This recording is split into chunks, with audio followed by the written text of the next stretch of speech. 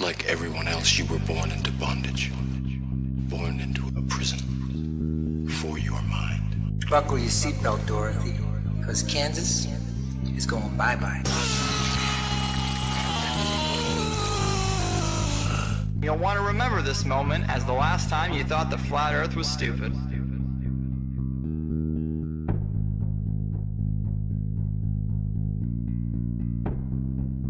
Hello everyone, this is ODD, and yes, I'm finally admitting that even though I don't like labels, I'm a flat earther. Based on my research for the past 10 months, our world is very different from the model that we are being taught by the authority on the matter. It took me a while to come to terms with this, and it took even longer to gain the courage to talk about it. It can be pretty embarrassing to go against popular opinion, but this is real. It's not a psyop, it's not a distraction, and it's not a bandwagon. It's a reasonable debate. It's thousands of people taking what we've been told and comparing it to what we see and experience, only to find out that they do not match up. Once you start digging into this, it becomes clear that there is no evidence for the speculated spinning ball that we supposedly live on, and everything points to a flat earth. The flat earth is much more than just reasonable. The one and only reason that it's reasonable to argue against the flat earth is that we've all been taught otherwise our whole lives. We blindly believe something that A, has never been proven, and B, is pretty much fucking impossible. Thanks to people like Eric Dubay, the flat earth has re-emerged and it has more steam than ever. Before I've ever even entertained the flat earth, I knew not to trust the space programs of the world. Close examinations of NASA and other space programs reveal that things aren't what they seem and that we, the people, are being lied to. We have no real pictures of the Earth, and no matter how hard we try, we just can't find the curvature. Not only that, but flight paths make more sense on a flat map, and large bodies of water not being able to curve into a giant ball completely resonates. Forensically speaking, the globe model is so very unlikely that any good detective wouldn't believe a fucking word the globe says. The globe story is so full of circumstantial, impossible coincidences, which only prove that the globe is a fucking liar.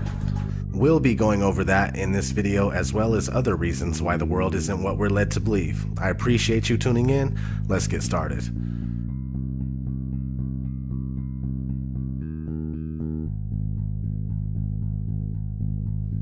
Our daily observations of the Earth are consistent with a flat and stationary surface.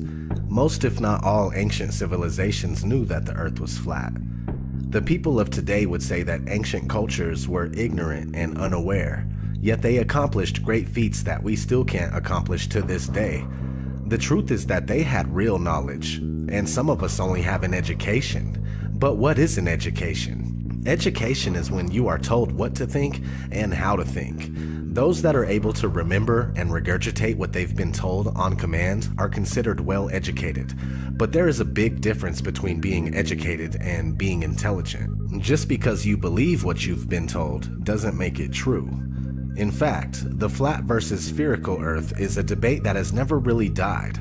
It's been raging for centuries. It was a huge argument as recently as the early and mid-1900s, but with programs like NASA, founded in 1958, the latter half of the 20th century was a win for the spherical Earth.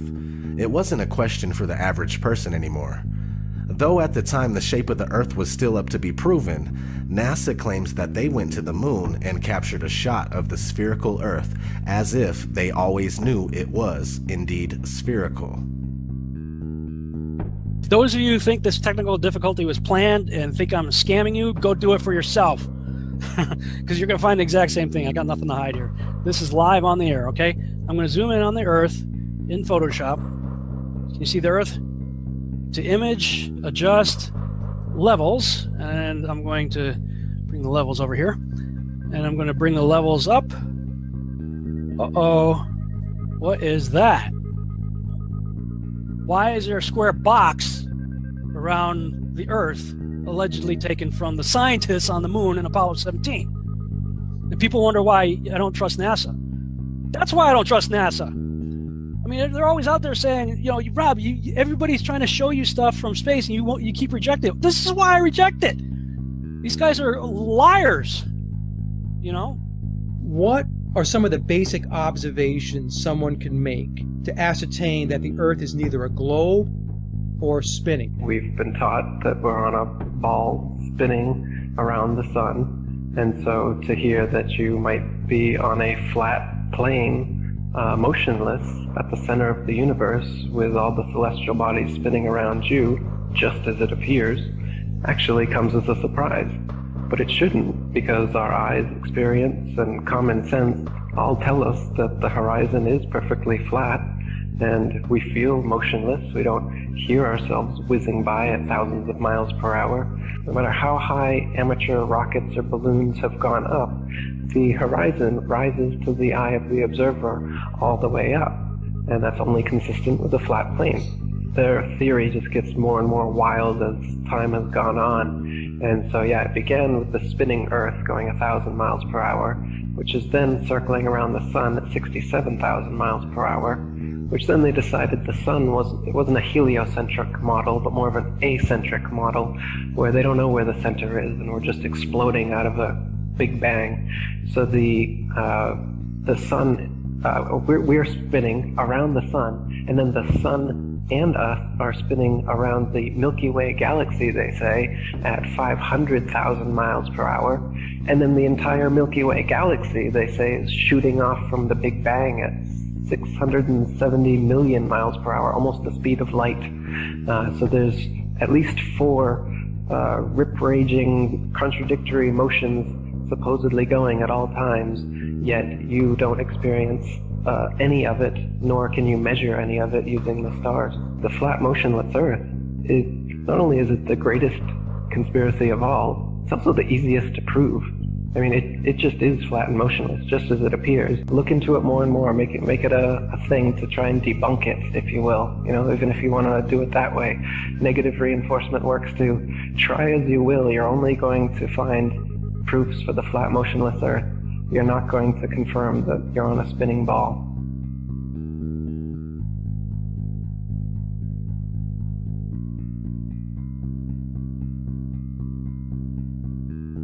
The curvature of the Earth eludes us. Either the Earth is much larger in circumference than we are told, or the curve just doesn't exist.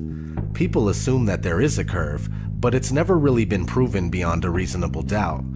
Cameras with fisheye lenses, Hollywood movies, and NASA CGI are the closest we get to seeing curvature.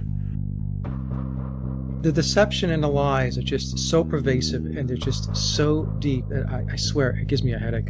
The surface of water is always level. This is just natural physics. We know this, that water, if unobstructed and uncontained, will flow outwards, finding it the easiest course to maintain its own level, right?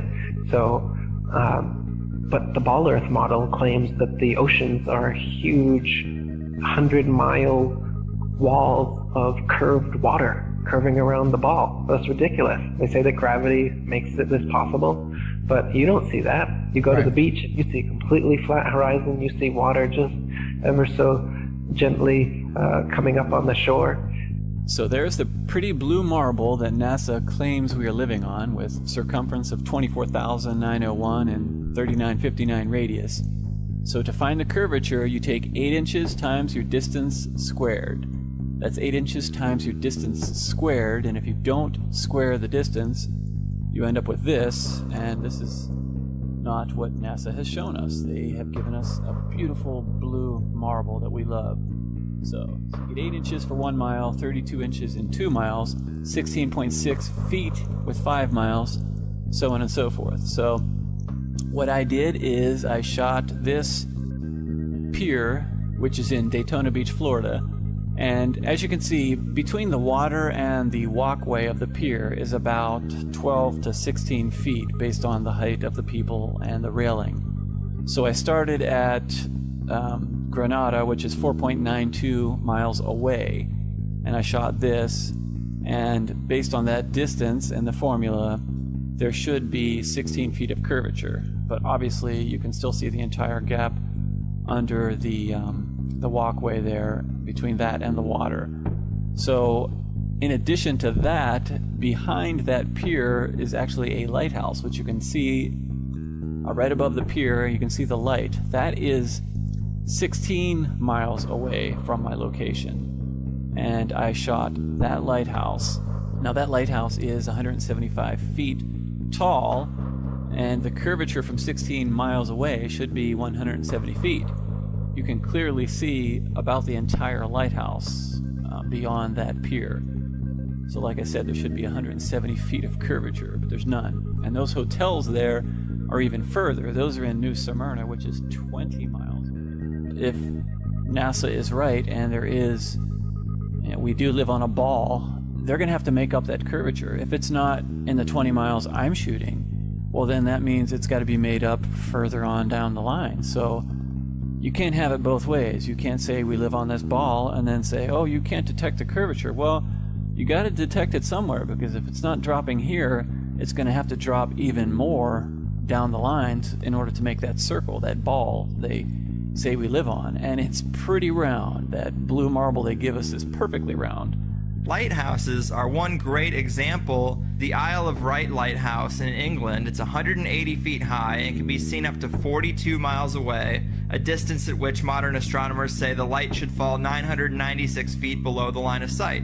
Why can you still see it? Another one worth mentioning that people be familiar with is the Statue of Liberty. It stands 326 feet above sea level, and on a clear day can be seen as far as 60 miles away. Now, if the Earth was a globe at the dimensions that they give us, that would put Lady Liberty at an impossible 2,074 feet below the horizon.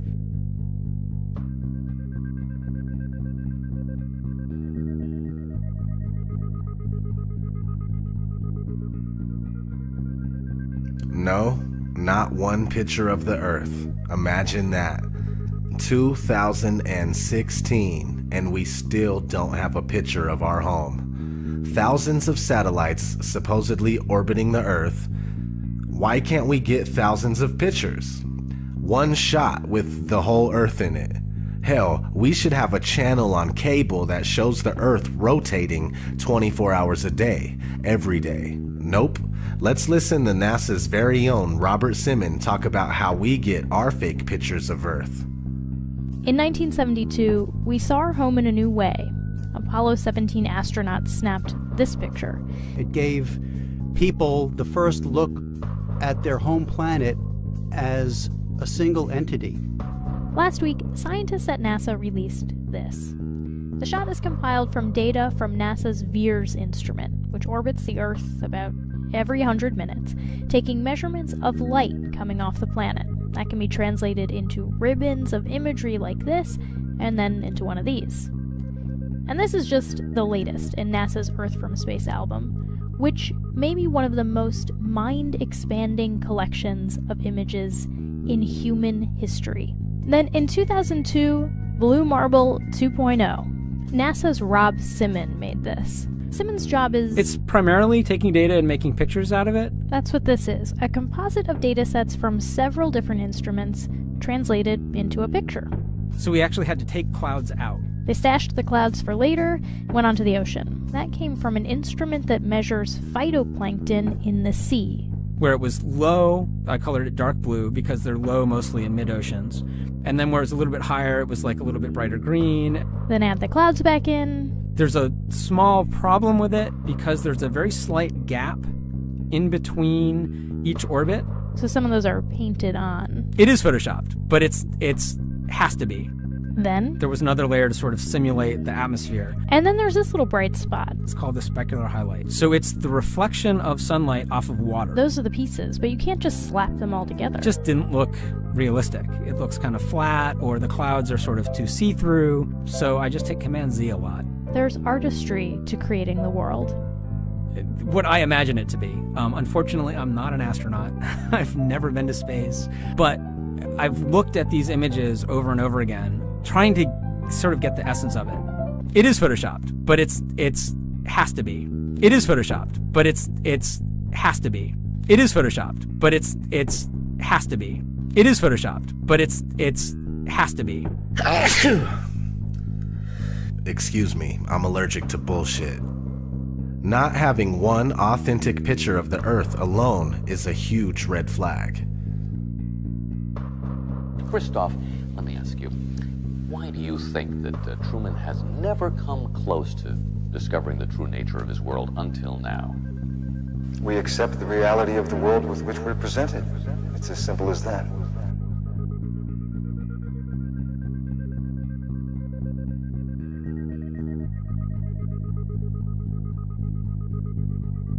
The flat Earth model is a working model. It's by no means definitive due to the nature of this massive cover-up. For the past 500 years, we've been completely buying into the Copernicus heliocentric model, but what we do know about the flat Earth is based on the azimuthal equidistant map that seems to be working out. This map goes as far back as the year 1000 and possibly earlier, now used as an official map by the U.S. Geological Survey and also as the official logo for the United Nations. Is this our real home being hidden from us in plain sight? I think it is. The first thing a lot of people say is, where's the edge? Well, look at this map where Antarctica is a 360-degree ice barrier that holds the water in. These ice walls are real, and they stand 150 feet above the surface of the water.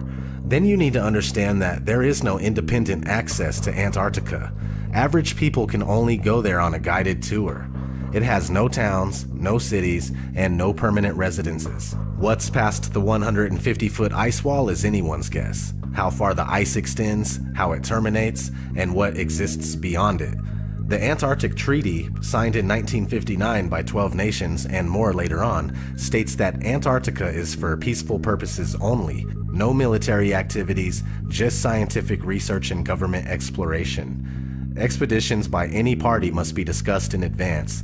It's the longest and most successful treaty between nations. The treaty also states that there are ships, stations, and equipment to ensure compliance of the treaty. Sounds like military activity to me. Anyway, so this azimuthal equidistant map appears to be correct for the most part. Over the centuries, there's been other maps that look pretty close to it as well. Let's look at an interesting story that was recently in the news that supports this flat map. A woman gave birth on a flight from Bali to Los Angeles, so the flight made an emergency landing in Alaska. Here's what it would look like on a globe.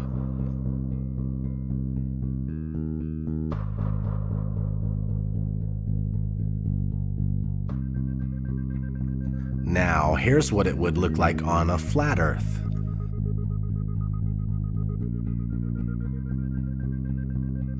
Which one makes more sense? Exactly. A big issue I was having with the flat Earth for the longest time was the sunrise and sunsets. I realized that it was a perspective issue. First, you must understand that the sun is not 93 million miles away. If it was, we would never see anything like this here. This is concentrated because it's closer. It's much more probable that the sun is only a few thousand miles away and that it's the same size as the moon. Once you comprehend this, all of the sudden, solar eclipses make sense. Holy fucking shit! Something that makes sense! Okay, so the sun is close, which gives it the ability to spotlight the area that it's over, and when it leaves your view, due to perspective, it takes the light with it. There is a generous amount of light where the sun is at, but since it's so close, it doesn't spread its light like it would if it were bigger and further. The sun circumnavigates the Earth like a huge clockwork. Sometimes that takes a while to sink in. Alright, let's talk about the Coriolis effect. The Coriolis effect states that when a moving object leaves the ground, the Earth continues to rotate, meaning that when shooting a gun at a certain distance, the bullet would be a little off due to the Earth's rotation. If that's the case, then airplanes would have to account for the Coriolis effect, but they don't. This is only a few things that work better on a flat, motionless Earth. Do you need 100 excuses as to why you're not feeling any motion or seeing any curvature? Are those excuses easier to believe? Or is it easier to use Occam's razor and go with what our senses are telling us? The Earth is flat and not spinning. Now, real quick, let's kind of just explain the Coriolis effect in layman's terms. The Coriolis effect is the effect that when the bullet leaves the barrel of the gun, it is actually leaving the surface of the Earth. So as the bullet leaves the barrel of the gun, the Earth is still rotating. and the bullet is not rotating with the Earth. So the Earth will actually rotate out from underneath of the bullet while it is in flight.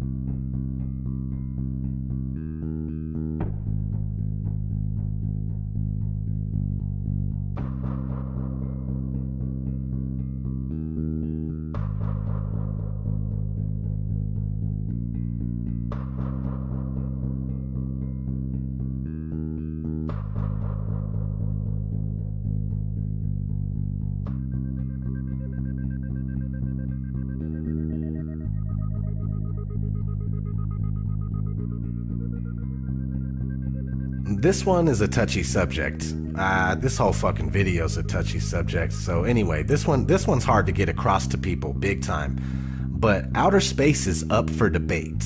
Space programs are compartmentalized, and most astronauts are Freemasons that have to swear an oath of secrecy when dealing with the so-called missions. The thing is that there is so much footage of NASA and other space agencies making mistakes. Sometimes we could see bubbles in the spacewalks. Sometimes we could see harnesses and wires on the people in the International Space Station. The permed hair that moves nothing like it would in zero gravity. These are huge red flags. Not to mention the Van Allen radiation belt. The Van Allen radiation belt is a layer of energetic charged particles that is held in place around a magnetized planet such as Earth by the planet's magnetic field. Sounds kinda like a dome if there is one. Oddly enough, one of NASA's employees admitted that this radiation belt needs to be figured out before humans could pass through it. Listen closely. As we get further away from Earth, we'll pass through the Van Allen belts, an area of dangerous radiation. Radiation like this could harm the guidance systems, onboard computers, or other electronics on Orion.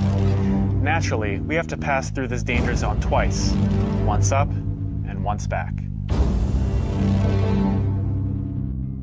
But Orion has protection. Shielding will be put to the test as the vehicle cuts through the waves of radiation. Sensors aboard will record radiation levels for scientists to study. We must solve these challenges before we send people through this region of space. Let's talk about satellites. We've already discussed how there are no pictures of the Earth. So, are satellites even real? Not likely. Ground towers are built all over the world and are more than adequate to relay our television, radio, and cell phone service. All GPS is done through land-based towers, and things like Google Earth are taken with high-altitude planes, and most of them are just done with cars on street level. Did you know that satellites were actually invented by Arthur C. Clarke, the science fiction author? I didn't know that. they shortly became science fact after that. The geostationary satellite, look it up. It was created by a science fiction author. And then within a decade, NASA claims to have sent a real one up there, and ever since then, that's where we get all our communications from. So if satellites were real, we would constantly hear stories of them being hit by meteors or comets, and that doesn't happen. No one's ever lost their direct TV feed during the Perseids meteor shower because one of the meteors knocked out one of the satellites. It doesn't happen, it's never happened, and it won't happen. And that to me tells me there is no satellites. You would constantly be worried about them, and you would constantly hear about them having something happen, and it's so rare that you hear that.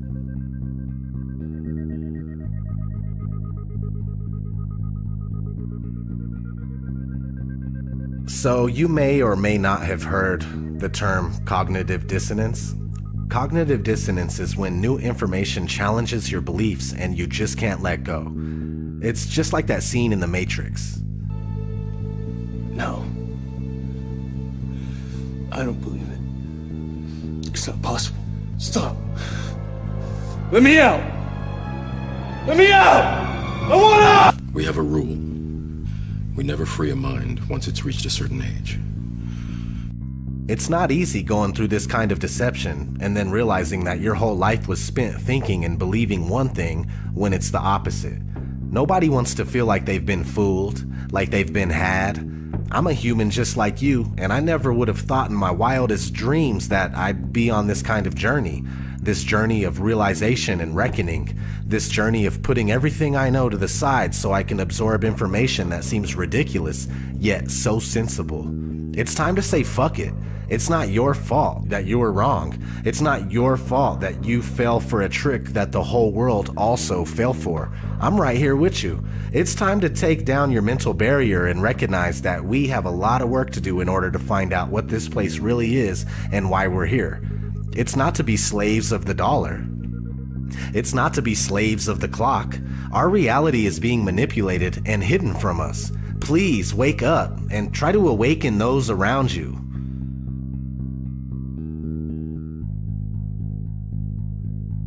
So how did this happen? Okay, let's start in the classroom. The first time anybody enters a school classroom, they are introduced to the globe model of the Earth.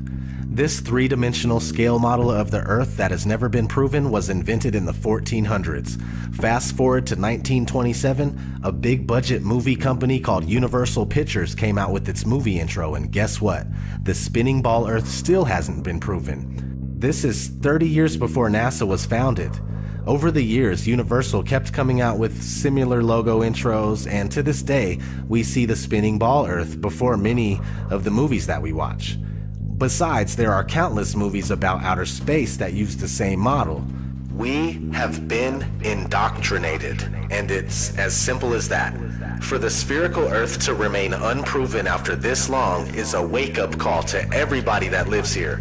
We need to shed this programming right here, right now, and find out what the fuck is going on. No more embracing this sick illusion that was created by psychopaths. I'm going to keep searching for answers and trying to make something happen. All I want to know is, who's coming with me?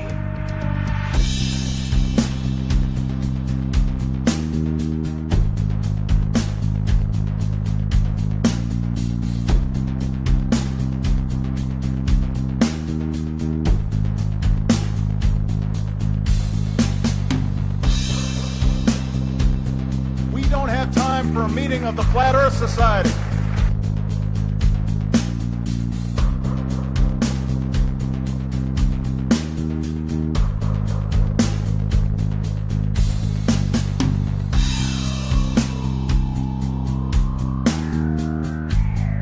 I'd like to be an explorer, like the Great Magellan. Oh, you're too late. There's really nothing left to explore.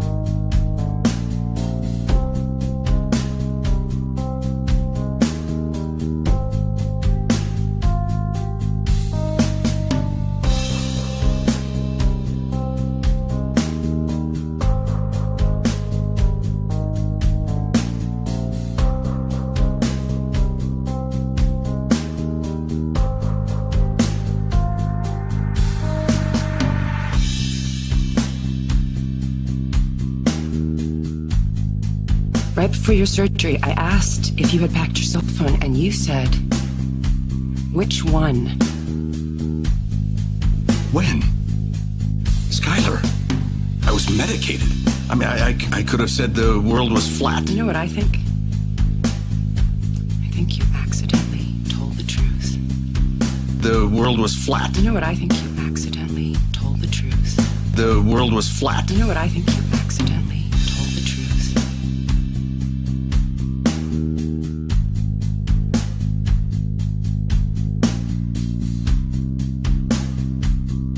really the evidence shows me that it's flat and stationary. There is much more evidence based on just pure analysis that it's flat and stationary.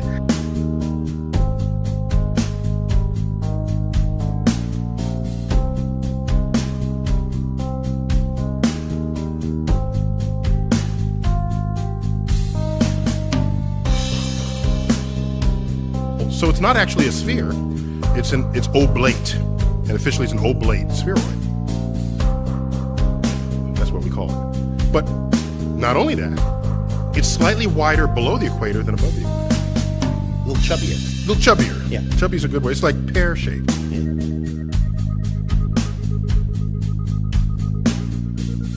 Really, we're in big trouble as far as lack of critical thinking and lack of free thinking. We really are in big trouble.